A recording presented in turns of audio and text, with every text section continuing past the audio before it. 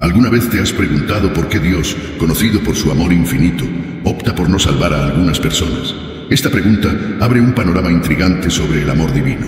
Aunque es vasto e incuestionable, Dios se mantiene firme en sus principios. Entre los cristianos se cree ampliamente que la voluntad divina abarca a todos, sin distinción de género, edad o etnia, anhelando la salvación de cada uno. Las Sagradas Escrituras confirman esto en 1 de Timoteo, capítulo 4, proclamando el deseo de Dios de que todos sean salvos y conozcan la verdad. Pero, ¿qué sucede con aquellos que parecen estar lejos de esta salvación? En el vídeo de hoy, revelaré 7 perfiles de personas que pueden encontrar obstáculos en este camino espiritual. En otras palabras, hablaré sobre 7 tipos de personas que pueden no alcanzar la salvación. Es vital prestar atención. Muchos de nosotros podríamos estar inadvertidamente bajo la obstrucción, nuestro camino hacia la redención. Así, permanezcan atentos y reflexionen. ¿Resuena alguno de estos perfiles con su camino espiritual? La respuesta podría ser la clave para una comprensión más profunda de la naturaleza del amor divino y de la propia salvación. Invito a todos a dedicar un momento para ver este vídeo completo, participar en las oraciones y recibir bendiciones abundantes para ustedes, sus familias y amigos. Antes de sumergirnos en el corazón de este contenido, pido amablemente que muestren su apoyo. Les guste este vídeo, se suscriban a nuestro canal y compartan este mensaje esencial. Cada acción suya ayuda a difundir el Evangelio, alcanzando más corazones y fortaleciendo el reino de Dios aquí en la tierra. Amados fieles, enfrentamos una verdad inquietante.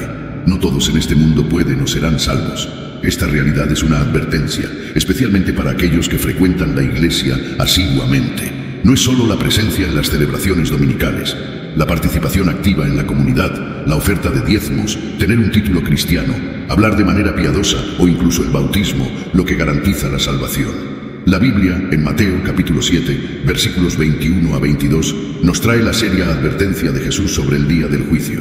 Muchos creerán haber hecho milagros en su nombre, pero Él los rechazará diciendo: nunca los conocí, apártense de mí, malhechores. Este mensaje es una invitación para que cada uno de nosotros reflexione sobre nuestra verdadera posición ante el trono divino en el día del juicio. Pregúntense, si el Señor regresara hoy, ¿estaríamos listos y dignos, vestidos en su justicia, inmaculados ante Él? Meditar sobre esto no es solo importante, es esencial para nuestra jornada espiritual. Siéntanse bendecidos por estar aquí, participando en este vídeo en un momento tan crucial. Como nos recuerda 2 de Corintios, capítulo 5, versículo 10, todos debemos presentarnos ante el tribunal de Cristo para que cada uno reciba de acuerdo con lo que hizo mientras estuvo en el cuerpo, sea bueno o malo. Ahora, reflexionemos sobre 7 tipos de personas que, según las Escrituras, no pueden ser salvadas. El primer grupo está compuesto por los incrédulos. Pero, ¿quiénes son ellos? Son aquellos que no creen en el nacimiento, muerte, sepultura y resurrección del Señor Jesucristo. Según la Biblia, estas personas no pueden alcanzar la salvación.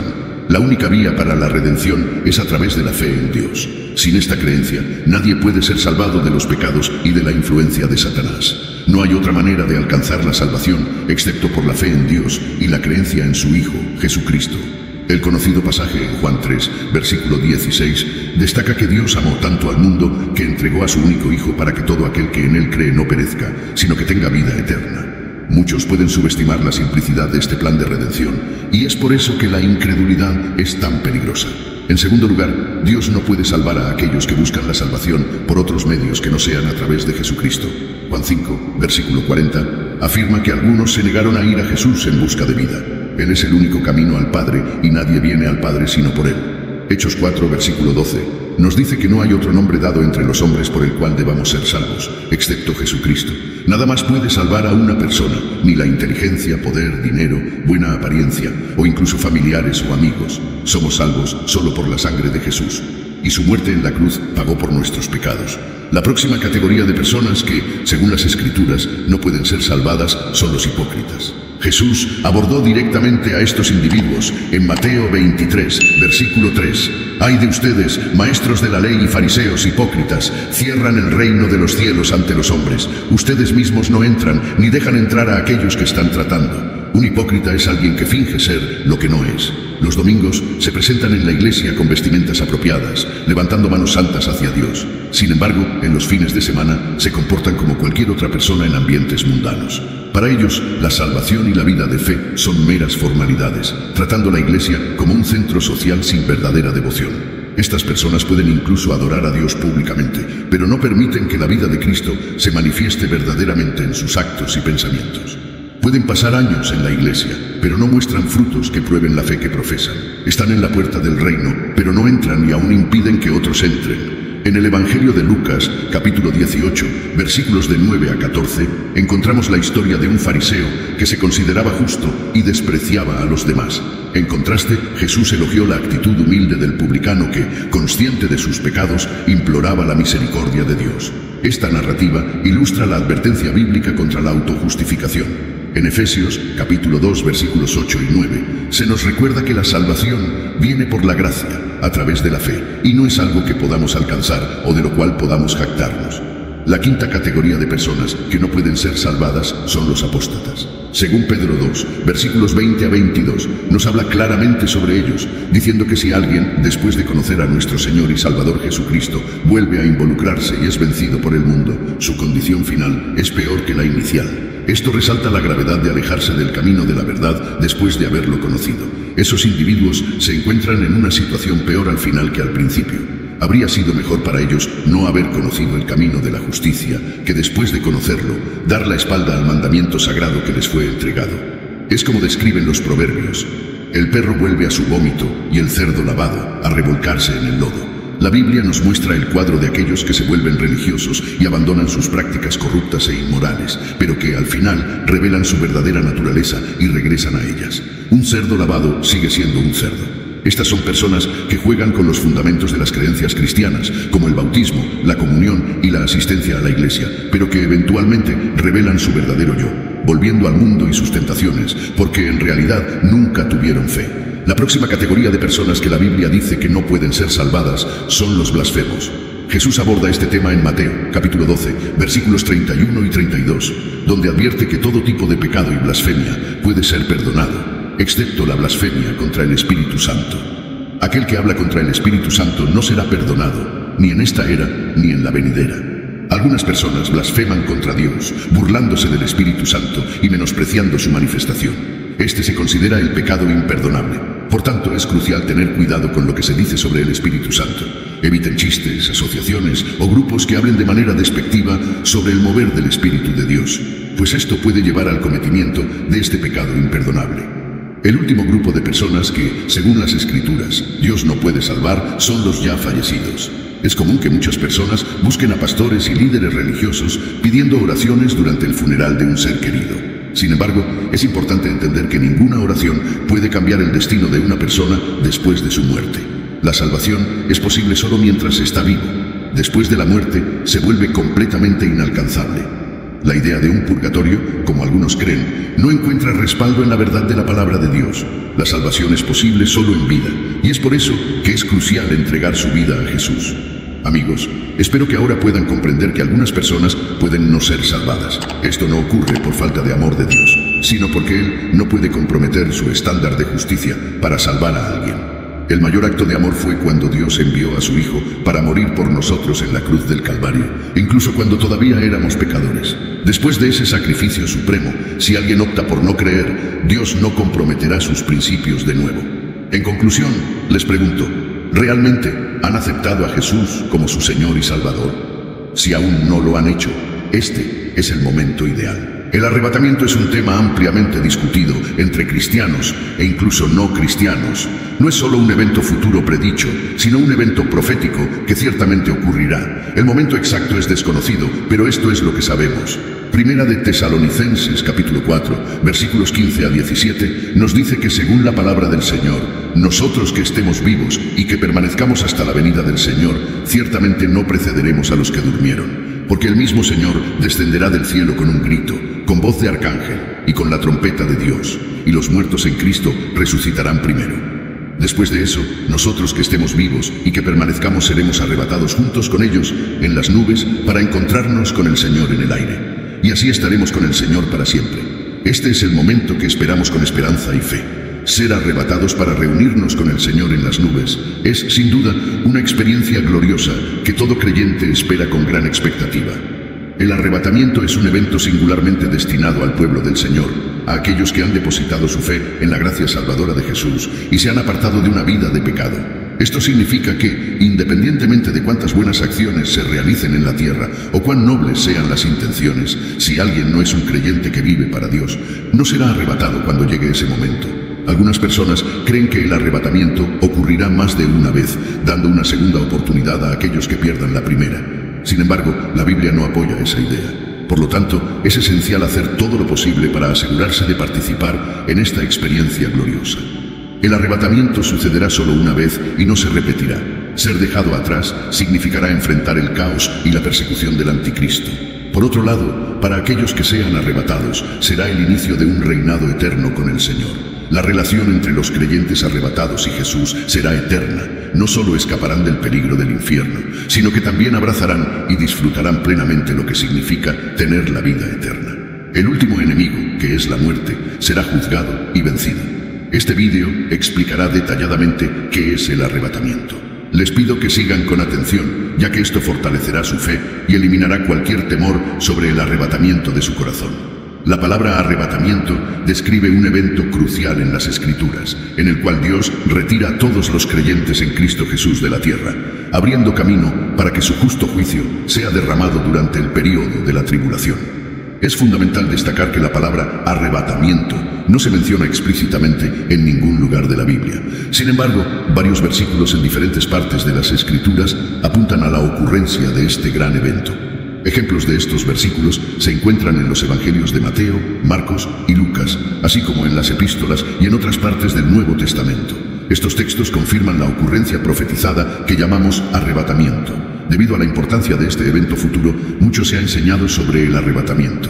Estas enseñanzas han generado diversas opiniones e interpretaciones. Una creencia significativa pero equivocada asociada al arrebatamiento es que muchos creen que este y la segunda venida de Cristo son el mismo evento.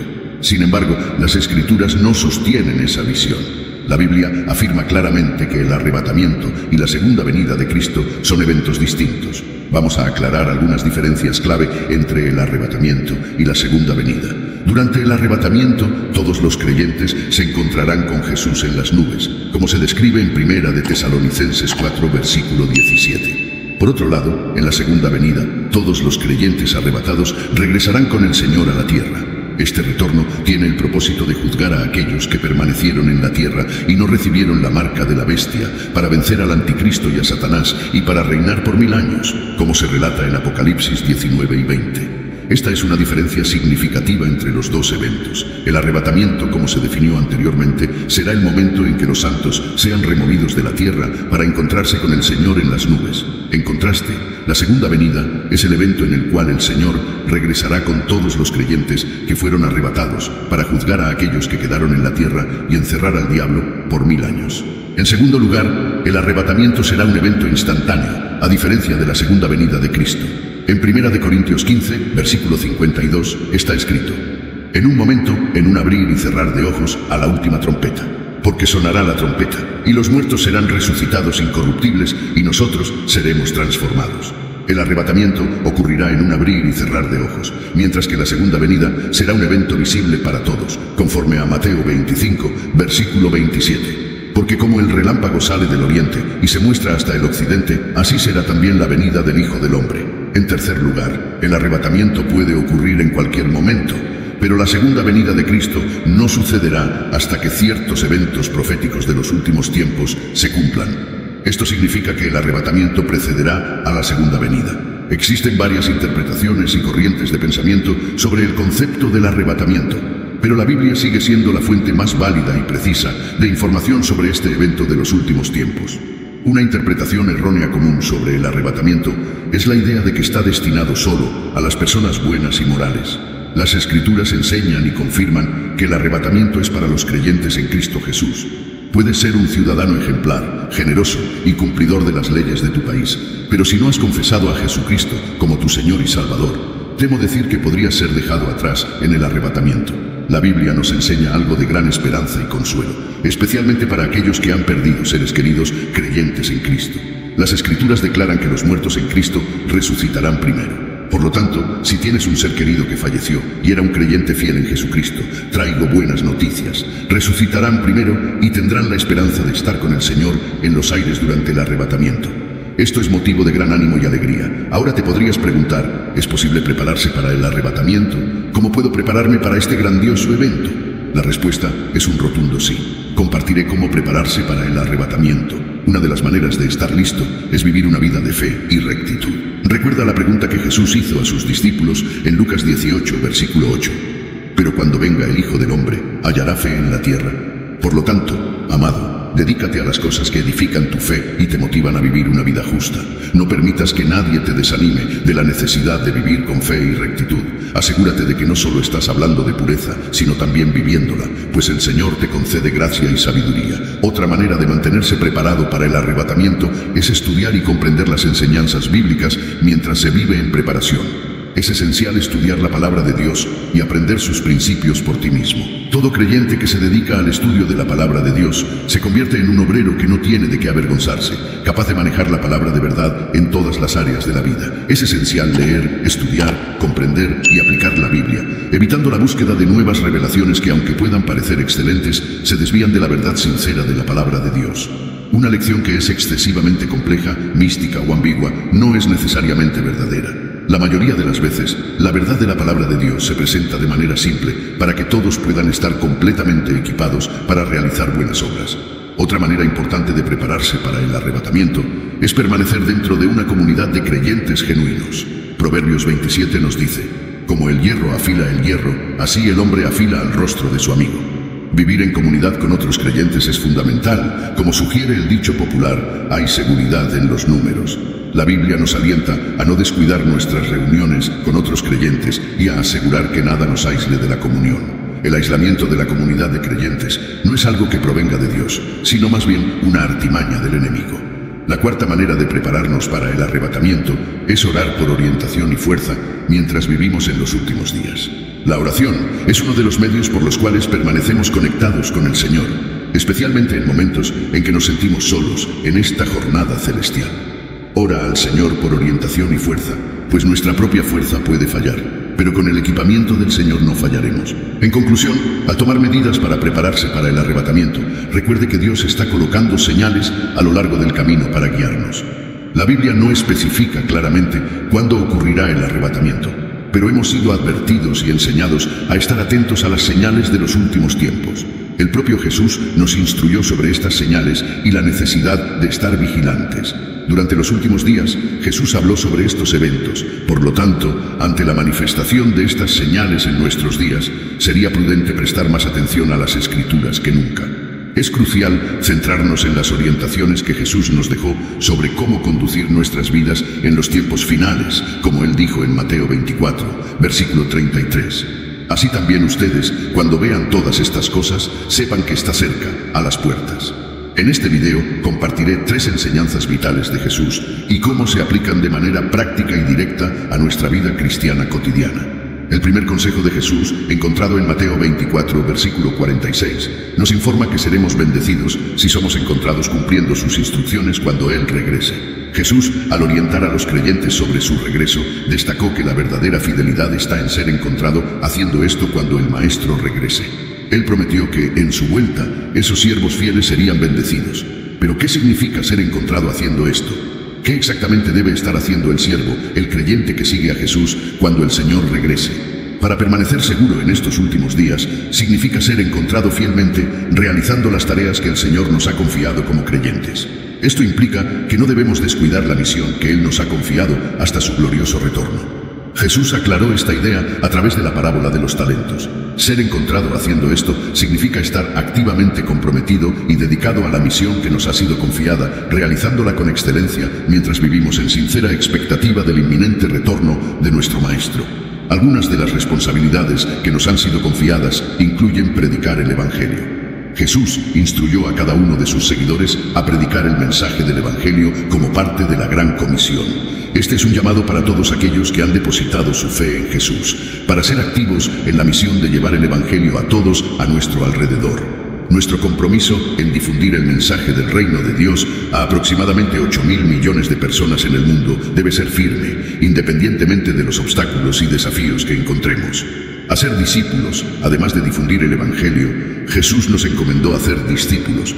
Esta tarea está claramente delineada en Mateo 28, versículo 20, y enseñándoles a obedecer todo lo que les he mandado. Y yo estoy con ustedes todos los días, hasta el fin del mundo. Hoy en día, la necesidad de discípulos es inmensa, y Jesús convoca a cada uno de sus seguidores a multiplicar discípulos, facilitando así la obra de su reino. Solo un discípulo puede formar otro discípulo. Hay una necesidad urgente de trabajadores dedicados en el reino de Dios hoy.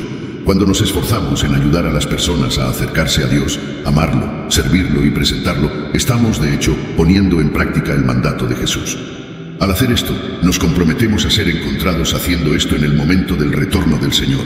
Una de las orientaciones cruciales que Jesús nos dio para vivir bien en estos tiempos finales es mantener siempre elevada nuestra vigilancia espiritual, evitando distracciones que nos alejen del verdadero camino. Conforme a Marcos 13, versículo 33, en la versión ampliada se dice: estén alerta, vigilen constantemente y oren, ya que no conocen el momento exacto de mi llegada. Para un cristiano, estar en guardia significa estar atento y devoto en oración. Debemos, amados santos, permanecer siempre vigilantes, no sucumbiendo al letargo espiritual. Esta es una exhortación para profundizar más en la práctica de la oración mientras esperamos el retorno del Maestro. En el lugar de oración encontramos gracia, consuelo y paciencia, elementos esenciales para atravesar los desafíos de estos últimos días, escapando de las trampas y engaños. Los desafíos actuales exigen que usted y yo dediquemos tiempo de calidad al Señor en oración diariamente. Pregúntese, ¿cómo está su vida de oración? ¿Cuánto tiempo dedica a la oración todos los días? Note que es fundamental orar continuamente para comprender la voluntad de Dios para usted y las acciones que Él desea que realice en este momento. La comunicación con Dios nos brinda ventaja frente a los innumerables planes de Satanás. Muchos cristianos aún no han percibido que el mundo está cambiando diariamente para alinearse con la agenda del anticristo y que Satanás está empeñado en desviar a tantos santos como sea posible. Pero recuerde, Él es un engañador. Dedicar tiempo de calidad a la oración diariamente nos mantiene despiertos y atentos al llamado de Jesús para la conciencia de su regreso. Dormirse en la búsqueda de mantener nuestra vigilancia en estos últimos días es ignorar este consejo vital de estar atento y alerta, pues no conocemos la hora exacta de su regreso. En Marcos 13, versículos 35 y 36 se dice: por tanto, manténganse alerta, porque no saben cuándo volverá el dueño de la casa. Si llega de repente, no permitan que los encuentre durmiendo. Esta advertencia es clara. Debemos evitar la insensibilidad espiritual. Aquí, dormir no se refiere al descanso físico, sino a un estado de insensibilidad y descuido espiritual. Por tanto, en este periodo de incertidumbres y transformaciones, es esencial que sigamos fielmente este consejo de vigilancia y oración. Desconocemos el momento preciso del retorno divino. Mantenerse espiritualmente despierto y atento es la clave para no ser sorprendidos y estar listos para enfrentar los desafíos que nos esperan. Jesús, en sus instrucciones sobre cómo vivir en estos tiempos finales, enfatiza la importancia de no volverse indiferentes o descuidados respecto a las cosas del reino de Dios o al inminente regreso de Cristo. Nos exhorta a permanecer vigilantes, pues desconocemos la hora de su retorno. No debemos dejarnos llevar por tendencias pasajeras o olvidar sus advertencias. Cada fiel es alentado a estar en guardia, esperando con esperanza el regreso del Señor, tomando medidas conscientes para ser cautelosos con cualquier cosa que pueda amenazar nuestro enfoque o compromiso espiritual. Estar en guardia significa estar activamente comprometido en proteger las convicciones de nuestro corazón y nuestra fe en Jesús, priorizando todo lo que lo glorifica y rechazando cualquier cosa que desvíe nuestro corazón de Él. El tercer consejo de Jesús se encuentra en Lucas 21, versículos 34 y 35. Él nos advierte severamente que tengamos cuidado de que nuestros corazones no se carguen con disipaciones y las ansiedades de la vida, pues ese día puede sorprendernos repentinamente como una trampa. Jesús nos alerta sobre el peligro del engaño proveniente de un estilo de vida frívolo y desenfrenado que puede volverse común en los últimos días. Recordamos que eventos similares ocurrieron en los días de Noé, en Sodoma y Gomorra y hasta en Babilonia antes de ser destruidas. La Biblia relata que, antes de estos eventos, las personas estaban tan absortas en sus vidas, comiendo, bebiendo y casándose, que olvidaron a Dios y sus advertencias. Hoy vivimos una situación similar, con muchos olvidándose gradualmente de Dios y volviéndose hacia las mentiras y engaños difundidos por el enemigo a través de influenciadores, medios de comunicación y hasta gobiernos. Jesús también advirtió que algunos pueden desviarse, no necesariamente por causa del pecado, sino por las ansiedades de la vida. Por ello, es necesario estar atentos a las presiones que debilitan la fe ajena. Aunque enfrentamos tiempos difíciles, no debemos permitir que nada enfríe nuestro corazón hacia Dios. Independientemente de las circunstancias, no permita que la ansiedad lo aleje de su fe. Por el contrario, que su fe lo libere de la ansiedad que domina a tantos en estos días. Queridos amigos, tras escuchar estos consejos del propio Señor Jesús, ¿cuál debe ser nuestra reacción? Según la segunda carta a Timoteo, capítulo 3, versículos de 1 a 5, vivimos tiempos difíciles en los últimos días. Las personas se volverán egoístas, avaras, arrogantes, abusivas, desobedientes a sus padres, ingratos, impíos, sin amor, irreconciliables, calumniadores, incontrolados, brutales, enemigos de lo bueno, traidores, temerarios, vanidosos y amantes de los placeres más que de Dios. Mantendrán una apariencia de piedad, pero negarán su verdadero poder. Debemos evitar a esas personas. Esta orientación es cristalina. Debemos distinguirnos y separarnos del resto del mundo, evitando cualquier asociación o grupo que presente solo una forma exterior de piedad, pero que en realidad viva de manera contraria al poder de una vida piadosa. En otras palabras, sus acciones o apoyos son reflejos directos de una vida de desobediencia a la palabra de Dios. Si miramos hacia el futuro con esperanza y anticipación por el retorno del Señor, debemos aferrarnos firmemente a la profesión de nuestra fe y luchar fervientemente por la fe que nos fue entregada. Permanezcamos estables, firmes e inmutables, recordando que, cuando el Señor regrese, recompensará a todos aquellos que mantuvieron su mirada fija en Él y vivieron sus vidas para agradarlo. En Apocalipsis 22, versículo 12 se dice: «He aquí, vengo pronto, y mi recompensa está conmigo, para dar a cada uno según su obra». ¿Ha reflexionado sobre lo que realmente importa en la vida? ¿Cuál sería la única cosa que usted preservaría si estuviera a minutos de enfrentar la eternidad? Si alguna vez ha pasado por una experiencia cercana a la muerte, su visión sobre la vida cambia radicalmente. En ese exacto instante, nada más parece tener importancia, excepto una cosa esencial: Cristo Jesús. Frente a la muerte, se hace evidente que en medio de todas nuestras persecuciones mundanas y conquistas, es nuestra unión con Cristo, posibilitada por su acción en la cruz, lo que lleva un significado genuino.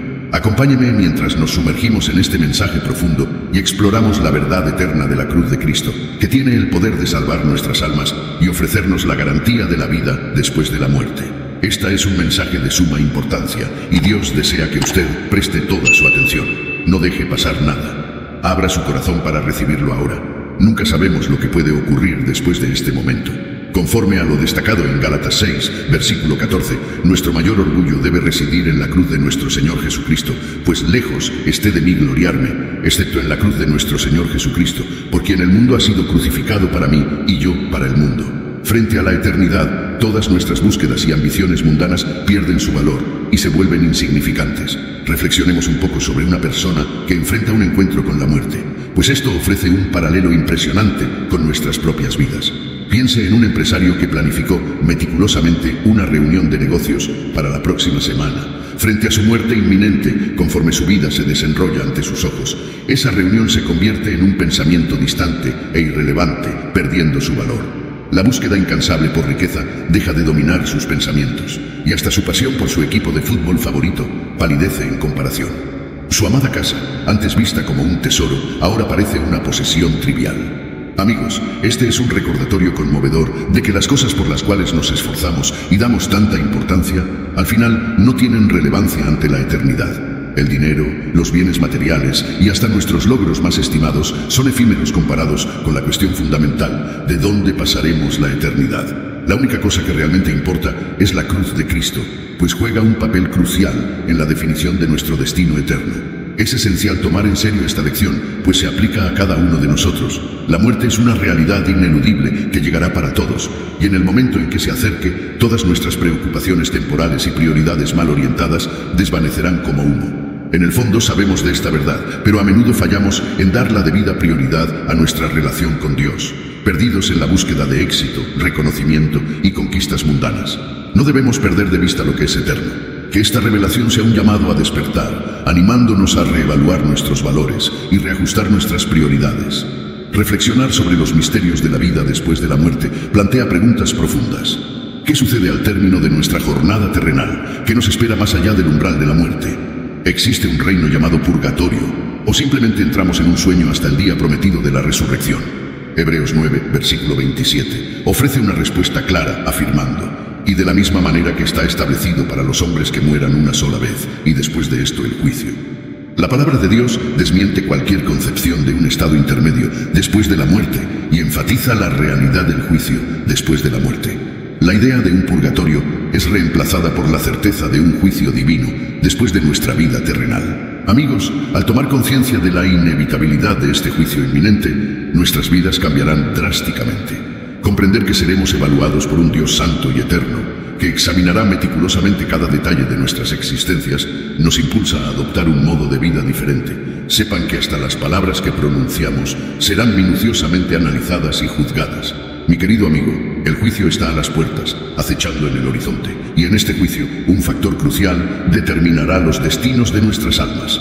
Pronto veremos cuál es ese factor. En 1 Corintios capítulo 1, versículo 18, reencontramos el tema de la cruz, pues el mensaje de la cruz es locura para los que se pierden, pero para nosotros, que estamos siendo salvados, es el poder de Dios. Reflexionen de nuevo sobre estas palabras. La predicación de la cruz de Jesús, puede parecer absurda para aquellos en perdición, pero para los salvos representa el poder de Dios. La cruz, una vez más, destaca, diferenciando a aquellos que siguen el camino de la perdición de aquellos en el camino de la salvación. La cruz de Cristo es el elemento decisivo para el perdón de nuestros pecados. Sin los acontecimientos en aquella cruz y la subsiguiente resurrección, la salvación no habría sido posible para nadie. Como nos recuerda Gálatas capítulo 6, la enfática declaración del apóstol Pablo, lejos de mí, actúa como un principio guía para centrar nuestras glorias únicamente en Cristo. Nos invita a dirigir nuestra mirada hacia Jesús, fijar nuestros ojos en la cruz y depositar nuestra confianza en aquel que es el autor y consumador de nuestra fe. La cruz se erige como un faro de esperanza y un recordatorio del amor y sacrificio incalculables que aseguraron nuestra redención. En nuestro día a día, estamos constantemente distraídos y tentados a alejarnos del verdadero significado de la cruz, seducidos por los encantos de las conquistas mundanas, envueltos en la búsqueda de ganancias personales y atraídos por los placeres efímeros de esta vida. A menudo perdemos de vista el valor eterno de la cruz. Ante la eternidad, estas búsquedas se vuelven insignificantes en comparación con el impacto duradero de la cruz. Destaca como el elemento central que diferencia a los que perecen de los que están siendo salvados y sirve como fundamento para el perdón de los pecados. Mientras navegamos por las complejidades de la vida, la enseñanza de los apóstoles permanece como un llamado firme a fijar nuestros ojos en el poder transformador de la cruz. Debemos reflexionar sobre la verdad contenida en estos versículos mientras consideramos la realidad del juicio inminente y el poder transformador de la cruz. En un mundo lleno de disputas por nuestra atención, enfrentamos una miríada de distracciones que buscan desviar nuestro enfoque de la cruz. La importancia de mantener la cruz en el centro de nuestras vidas es un recordatorio constante para no perdernos en las trivialidades y las ilusiones pasajeras, sino buscar el significado profundo y eterno que representa. La sociedad a menudo nos incita a centrarnos en nuestra propia bondad, instándonos a enorgullecernos de nuestros actos y rectitud personal, promoviendo la idea de autosuficiencia basada en la confianza en nuestra bondad percibida, perpetuando una visión distorsionada que desatiende la verdad más profunda de nuestra condición humana. A menudo escuchamos susurros que nos recuerdan todas nuestras buenas acciones, nuestra amabilidad, amor, responsabilidad con las cuentas, apoyo a la comunidad y cuidado de la familia. Somos elogiados por nuestra rectitud moral y cumplimiento de las leyes, llevando a muchos a creer que son de hecho buenas personas. Este pensamiento es común en muchos alrededor del mundo, incluyendo aquellos que no creen, fallando en reconocer la propia naturaleza pecaminosa y las terribles consecuencias que de ella derivan. Muchos no se dan cuenta de lo que Romanos 3, versículo 23, intenta enseñarnos. Todos han pecado y están privados de la gloria de Dios. O aún en Romanos 6, versículo 23, donde se lee: porque la paga del pecado es muerte, pero el don gratuito de Dios es la vida eterna en Cristo Jesús, nuestro Señor.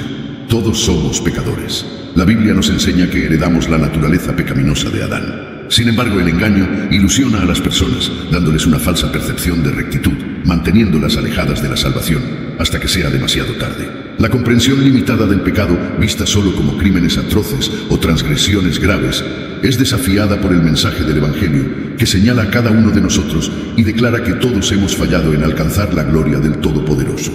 El Evangelio presenta un mensaje directo e impactante, revelando una verdad perturbadora. Cada persona, no importa cuán respetada por la sociedad o considerada virtuosa, es pecadora ante un Dios santo. Muchos se alarman ante esta firme evaluación de su condición moral y rechazan vehementemente la idea de ser clasificados como pecadores. En cambio, prefieren aferrarse a la ilusión de su propia rectitud.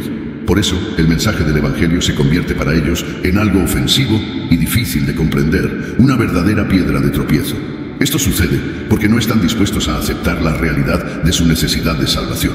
La idea de la redención les parece una tontería, un concepto sin importancia que es fácilmente descartado. Muchas personas buscan consuelo en sus logros, actos de caridad y rectitud moral, creyendo que tales acciones loables son suficientes para asegurar su posición ante Dios. Son seducidas por la creencia engañosa de que el mensaje de la cruz es innecesario, confiando en que pueden alcanzar la salvación por medio de sus propios esfuerzos y méritos. El mundo refuerza esta ilusión, perpetuando la mentira de que la cruz es irrelevante en nuestras vidas.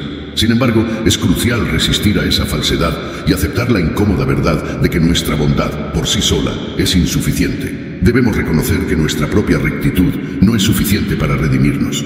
No es necesario buscar más ejemplos para darnos cuenta de la creciente cultura de desprecio por la vida humana en el mundo actual. Basta con tomar el teléfono celular y navegar por Internet para encontrar la hostilidad que permea el planeta. Observamos un aumento sin precedentes de asesinatos, conflictos armados y actos terroristas, más que en cualquier otra época en las últimas 9 décadas. Más vidas han sido perdidas en guerras que en los 500 años anteriores combinados. Solo en el siglo pasado se estima que 203 millones de personas perdieron la vida en guerras, y solo en la última década aproximadamente 2 millones de niños fueron asesinados y otros 4 a 5 millones quedaron incapacitados debido a conflictos. Ante esta realidad es difícil no pensar que el juicio divino esté cerca. Pero, independientemente de si el arrebatamiento ocurrirá primero o si dejaremos este mundo para la eternidad, la cuestión crucial permanece. ¿Estamos preparados para encontrarnos con nuestro Creador tal como estamos ahora? ¿Tenemos una relación con Jesús? Escucha, deja a un lado las preocupaciones de esta vida. Al final lo que realmente importará es tu conexión con Jesús. No importa tu saldo bancario o estatus social, seguidores en Instagram u otras redes sociales, sino qué tan preparada está tu alma. Entreguemos nuestros corazones al Señor en este momento. Arrepintámonos y seamos firmes en la verdad, independientemente del costo. Oremos para que Dios guíe nuestros corazones hacia las cosas del Espíritu y nos libere de las ataduras de la corrupción que domina el mundo. Que el amor por Dios se convierta en nuestra principal motivación y nos brinde certeza sobre nuestra eternidad. Amén.